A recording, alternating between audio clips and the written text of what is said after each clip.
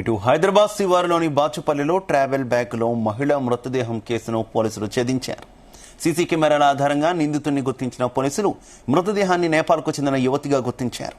మే 23న యువతిని హత్య చేసిన నేపాల్కు చెందిన విజయ్ మృతదేహాన్ని ట్రావెల్ బ్యాగ్లో పెట్టి బాచుపల్లి మియాపూర్ రహదారి సమీపంలోని నిర్మానుష్య ప్రాంతంలో పడేసినట్టు పోలీసుల దర్యాప్తులో తేలింది.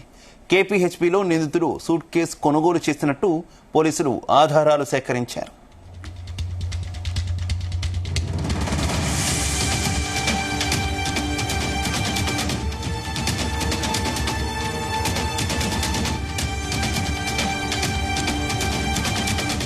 హైదరాబాద్ శివారులోని బాచుపల్లి మియాపూర్ రహదారి సమీపంలోని నిర్మానుష్య ప్రాంతంలో బుధవారం ఉదయం ట్రావెల్ బ్యాగ్లో మహిళ మృతదేహం కలకలం రేపింది.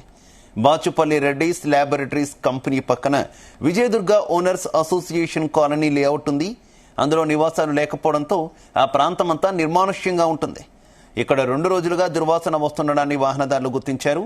బుధవారం సమస్య మరింత పెరగడంతో పోలీసులకు సమాచారం అందించారు.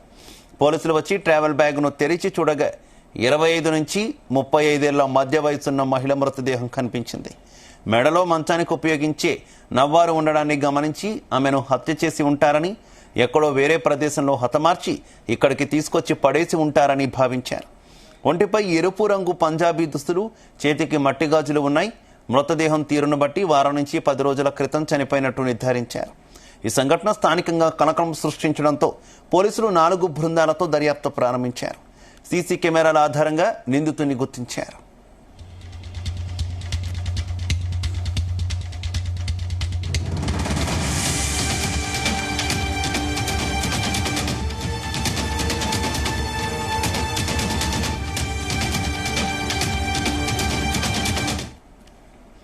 ఇక రేపటి నుంచి హైదరాబాద్ తార్నాక సిగ్నల్ క్లోజ్ చేస్తున్నట్టు traffic joint CP Joel David స్పష్టం చేశారు. ఈ మేరకు తార్నాక చౌరస్తాను పోలీసులు అధికారులతో కలిసి పరిశీలించారు.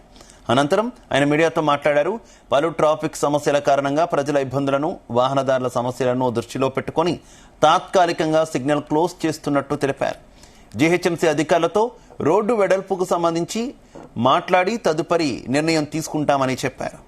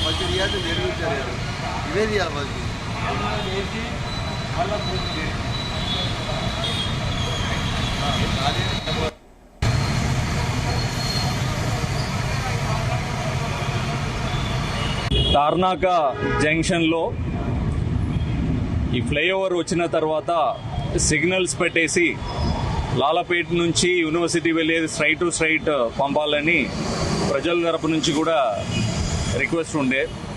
గతంలో ఆఫీసర్స్ దాన్ని స్టడీ చేసి జిహెచ్ఎంసి సహాయంతో సిగ్నల్స్ని ఇన్స్టాల్ చేసి మనము ఏప్రిల్ 18వ తారీఖు ట్రయల్ బేసిస్లో 15 రోజు అబ్జర్వ్ చేస్తామని ట్రయల్ బేసిస్లో దీన్ని ఓపెన్ చేయడం జరిగింది. ఆ 15 రోజు అబ్జర్వ్ చేసిన తర్వాత మళ్ళీ ఆ ట్రయల్ని ఎక్స్టెండ్ చేసినాము. దాదాపు ఇప్పటికి 45 నుంచి 50 రోజులు డిఫరెంట్ ప్యాటర్న్స్ని స్టడీ చేయడం జరిగింది. దీనిలో గతంలో ట్రాఫిక్ ఎట్లా ఉండే, ఓపెన్ చేయక ముందుకు ఎట్లా ఉండే, ఓపెన్ చేసిన తర్వాత ఆ కంజెషన్ ఎలా పెరిగింది, ఇవి అన్నీ డ్రోన్తో స్టడీ చేసినాము.